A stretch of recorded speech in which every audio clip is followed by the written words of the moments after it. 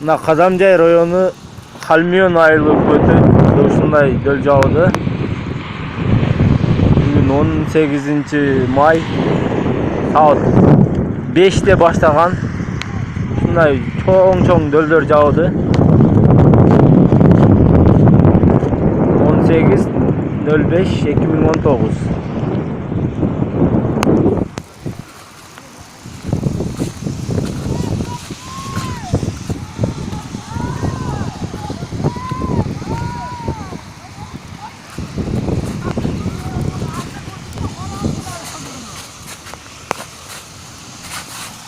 Nake çoğ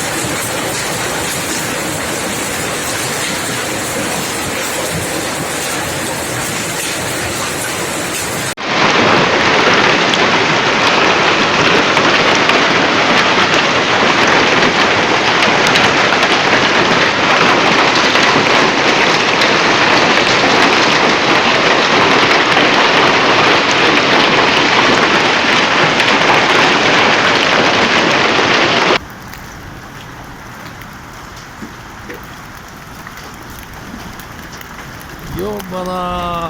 Doğu akıldı mı? Maşinalar avere oldu же. Karagla. Maşinalar bütün boylar tövülüp kaldı. Doğu akıldı.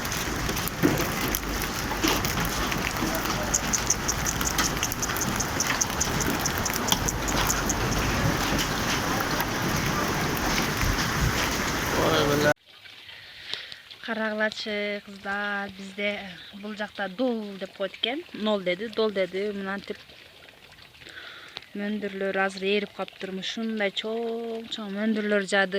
Örüklerimiz mынантип jık bardыгы düşüp kaldı karaglaç. Ilagım kelip ketdi çındagımda. Pomidorlarım emi güldep kaldı. Pomidorlarım mынандай boп kaldı. Kışlarım sınıp hiç nerse kalmadı, bardığın talkalap gitti. Kartoşkalarımı başı 15 minutluk möndür öldürdü bari.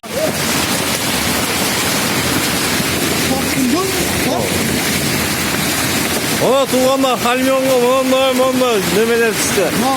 Buna möndürdü karamızda. Aynısı hiç böyle boğupmazsan. Sünketten al. O gibi oldu. Teker atmasın baba yapma.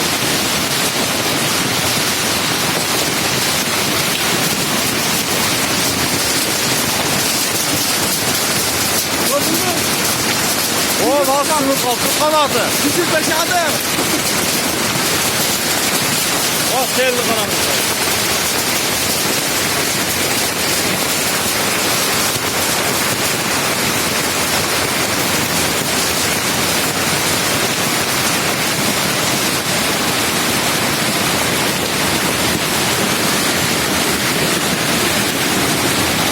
Buradan kirişlerge.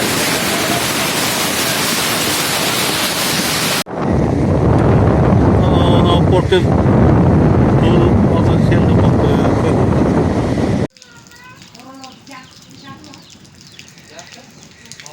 Havalı tıştı.